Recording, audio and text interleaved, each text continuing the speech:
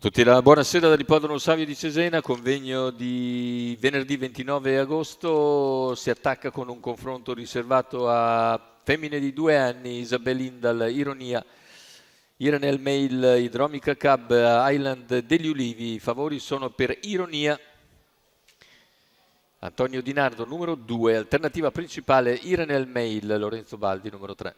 Macchina che sta per lanciare le concorrenti.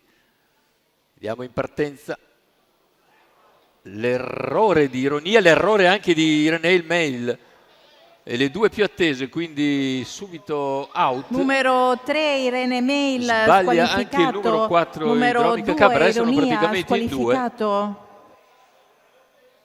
Squalificata sicuramente Iranel Mail, ma le prime due hanno preso un centinaio di metri di vantaggio a Ironia, che insegue comunque, probabilmente non squalificata perché è stata trattenuta dopo l'errore, mentre ha sbagliato più a lungo l'allieva di Lorenzo Baldi, squalificata.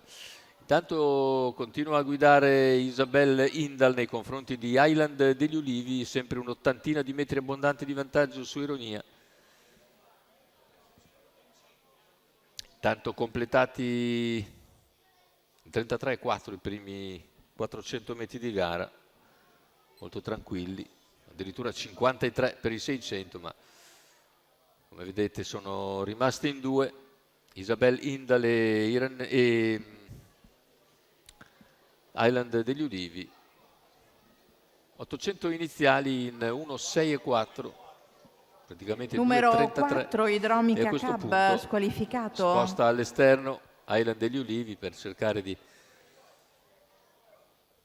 mettere un po' di pressione alla battistrada, che però ora accelera. 16,1 comunque la frazione ancora di comodo, mentre Island degli Ulivi ha allargato un po' l'attacco della curva. Ora prova a riproporsi sulla dritta delle scuderie, mancano 450 alla conclusione, dopo 1 chilometro in 1,22,5.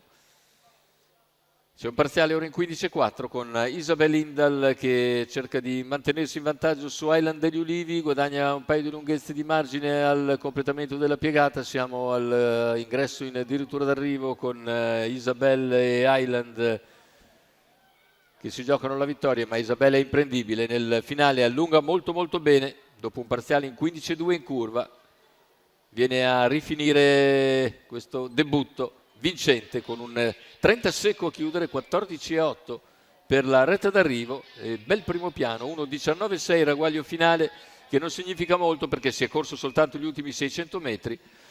Isabel Indal e René Legatti, un bel debutto davvero, anche propiziato ovviamente dagli errori delle due più attese, ma il debutto è comunque molto molto convincente.